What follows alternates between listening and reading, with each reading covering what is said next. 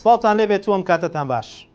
ڕێکەوتنی هەرێم و بەغداد لە ڕاپرسێکی گرنگدا پلاتفۆرمی کوردستان بۆ پرسە نیشتیمانیەکان لە چەند ڕۆژی ڕابردوودا دەقی ئەنجامی ڕاپرسێکی گرنگی بڵاو کردەوە کە ئەنجامەکانی بۆ خودی پلاتفۆرمەکە و چاودێران و ناوەندە میدیاییەکانیش جێگەی سەرنج و تێڕامان بوو بە جۆرێک بەشێکی زۆر لە بەشداربووانی ڕاپرسیەکە وەڵامەکانیان لەگەڵ واقعی ئێستای هەرێم و پەیوەندیەکانی نێوان هەرێم و بەغداد هاوتەری بە و گزارشتە لە کێشە و ململانەکانی ئێستای هەرێم و دەرخەری ئەو ڕاستیەیە کە هەرێمی کوردستان لە دۆخێکی پڕ لە مەترسی و ناڕوندایە و ئەگەر بە زووی کێشەکان چارەسەر نەکرێن داهاتووی هەرێم بەم شێوە و پێکهاتەی ئێستا نامێنێت.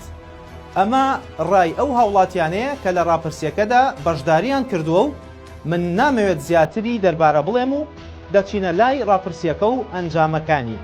لەگەڵمان بن.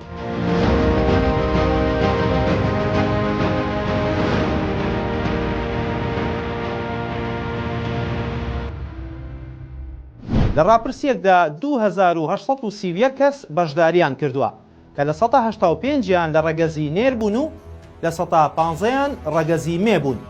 دانیشتوانی پارێزگای سلێمانی بە ڕێژەی لە 144.5 ڕیزبەندی سەرەوەی وەڵامەکانیان گرتووە و هەریەک لە پارێزگاکانی هەولێر بە لە 129.9 دهۆک بە لە 114.8 و هەڵەبجە بە لە 110.6 بەشداریان کردووە و دانیشتوانی پارێزگای کەرکووکیش بە کەمترین ڕێژە و بە لە 102.2 بەشداری ڕاپرسیەکەیان کردووە. تەمەنی بەشداربووانی ڕاپرسیەکە بە جۆرێکە کە لە 156یان لە نێوان 26 ساڵ تا 40 ساڵدایە و تەمەنی 41 ساڵ بۆ سەرەوە ڕێژەی لە 124.4 و تەمەنی 18 بۆ 25 لە 190.6 ڕاپرسیەکە پێک دەهێنن. لە ڕاپرسیەکەدا پرسیاری ئەوە کراوە کە ئایا پێتان وایە کێشەی واقعی لە نێوان هەرێم و بەغداد هەیە؟ لە وەڵامدا بەشداربووان لە 193.5 وەڵامەکانیان بە بەڵێ بووە، لە 106.5 پێیان وا بووە کە هیچ کێشەیەک لە نێوان هەرێم و بەغداد نییە. سەرباری ئەو کێشەی کە لە نێوان هەرێم و بەغداد هەیە لە 155.4 بەشداربووان پێیان وایە کە کێشەکان حیزبین و لە 128 وتویانە کێشەکان کێشەی نەتەوەین و ئەوەی کە ماوەتەوە و ڕێژەی 16.6 لە سەدا پێیان وایە کێشەی تر جگە لە حیزبی و نەتەوەیی لە نێوان هەرێم و بەغداد هەیە. لە درێژەی ڕاپرسیەکەدا پرسیاری ئەوە لە بەشداربووان کراوە کە پێت باشە حکوومەتی هەرێم و حکوومەتی عێراق کێشەکانیان چارەسەر بکەن و چارەیەکی بنەڕەتی بۆ بدۆزنەوە. لە وەڵامدا لە 185 بەشداربووان بە پێویستیان زانیوە بە زوویی چارەسەرێک بدۆزرێتەوە و لە 111.1 وەڵامەکانیان نەخێر بووە و لە 103.9 وەڵامەکانیان بە نازانم پڕ کردووەتەوە. ڕاپرسیەکەی پلاتفۆرمی کوردستان بۆ پرسە نیشتیمانیەکان زیاتر لەسەر کێشەکە پرسیاری لە بەشداربووان کردووە و سەبارەت بەلایەنی کەمتەرخەم لە ئاڵۆزبوونی کێشەکان بەشداربووان دابەشبوون بەسەر چەند بۆچوونێکدا بە جۆرێک لە 145.2 پێیان وایە هەرێمی کوردستان کەمتەرخەمە و لە 113.4 پێیان وایە حکوومەتی عێراق کەمتەرخەمی نواندووە و لە 102.3 وتویانە نازانین لایەنی کەمتەرخەم کێیە و لەو ئاڵۆزیەی لە پەیوەندی نێوان هەردوولادا هەیە. ئەو لە 139.1 کە ماوەتەوە پێی وایە هەردووکیان کەمتەرخەم بوون و نەیانتوانیوە چارەیەکی بنەڕەتی بۆ کێشەکانیان بدۆزنەوە. ڕاپرسیەکە سەبارەت بە دەستوەردانی دەرەکی پرسیاری کردووە و لە 190.5 بەشداربووان پێیان وایە کە دەستوەردانی دەرەکی هۆکاری سەرەکی کێشەکانی نێوان هەرێم و بەغدادە و لە 105.5 وەڵامەکەیان بە جۆرێک بووە کە کێشەکان ناوخۆین و دەستی دەرەکی هیچ ڕۆڵێکی نییە لەو پەیوەندیەدا و لە 104یش هیچ کام لە بژاردەکانیان پڕ نەکردووەتەوە لەو بارەیەوە.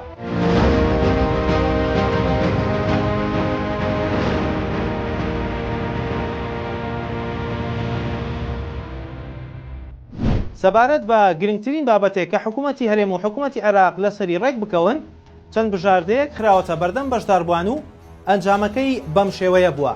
لە 170.7 بەشداربووان پێیان وایە گرنگترین بابەتێک کە پێویستی بە چارەسەری خێرایە کێشەی بودجە و موچەیە و لە 114.4 کێشەی نەوت و سامانە سروشتیەکانیان بە ئەولەویەتی کارەکان زانیوە و لە 13.6 بەشداربوانیش چارەسەرکردنی کێشەی ناوچەکانی سنووری مادەی 140یان بەکاری لە پێشی نەزانیوە. ئەگەر کێشەکانی هەرێم و بەغداد چارەسەر نەکران، پێتان باشە پارێزگاکان بەجیا پەیوەندیەکانیان لەگەڵ بەغداد ڕێک بخەن. ئەمە یەکێک لە پرسیارە گرنگەکانە کە لە ڕاپرسیەکەدا خراوەتە بەردەم بەشداربوان و وەڵامی بەشداربوان بە جۆرێک بووە کە لە 162.9 بە بەڵێ وەڵامیان داوەتەوە و لە 137.1 بە نەخێر وەڵامەکانیان ناردووەتەوە. هەر لە پرسیارێکی هاوشێوەدا لەسەر چۆنیەتی پێدانی موچەی فەرمانبەران لە 172.2 پێیان وابووە پێویستە ڕاستەوخۆ بەغداد موچەی فەرمانبەران دابەش بکات و لە بەرامبەردا لە 128.8 بەشداربووان لەگەڵ ئەوە بوون موچەی فەرمانبەران هەر لە ڕێگەی حکوومەتی هەرێمەوە بێت. سەبارەت بە بوونی مەترسی ڕاستەقینە لەسەر هەرێمی کوردستان کە ماوەیەکە بەرپرسان و کەسایەتە سیاسیەکانی هەرێم باسی لێوە دەکەن، هاوڵاتیان ڕای خۆیان وتووە و لە 130.7 پێیان وابووە وڵاتانی دراوسێ هۆکاری ئەو مەترسیەن و لە 172.6 گەنجەڵی ناوخۆییان بە مەترسیەکی گەورە زانیوە و ناوکۆکی ناوخۆیی لە 157.4 دەنگی بەشداربوانی بەدەستێناوە. حکوومەتی عێراق لە 113.5 ڕای بەشداربوان بووە کە ببێتە مەترسی بۆ سەر هەرێمی کوردستان. لەم پرسیارەدا بەشداربوان توانیویانە چەند بژاردەیەک ئەڵبژێرن. سەبارەت بە بەکارهێنانی هێز لە نێوان هەرێم و بەغداد لە 160.9 پێیان وابووە کە هێز بەکاردێت بۆ یەکلاکردنەوەی ململانەکان و لە بەرامبەردا لە 139.1 پێیان وابووە کە بەکارهێنانی هێز ئەگەرێکی چاوەڕوان نەکراوە. یەکێکی تر لە پرسیارەکانی ڕاپرسیەکە لەسەر شەفافیەتی حکوومەتی هەرێم بووە لەگەڵ حکوومەتی بەغداد و لە 171.5 پێیان وابووە حکوومەتی هەرێم شەفاف نەبووە. لە 113.3 بەشداربوانی ڕاپرسیەکە پێیان وابووە حکوومەتی هەرێم بە شەفافانە مامەڵەی کردووە و لە 115.2 وەڵامەکانیان بە نازانم بەجێهێشتووە.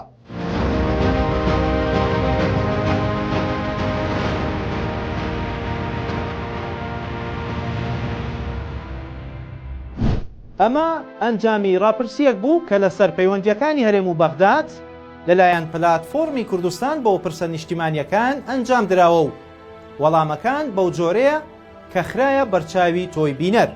ئێستا بڕیار بدە ئەگەر هەمان ڕاپرسی بخرێتە بەردەم تۆی بینەر بە چ جۆرێک وەڵام دەدەیتەوە؟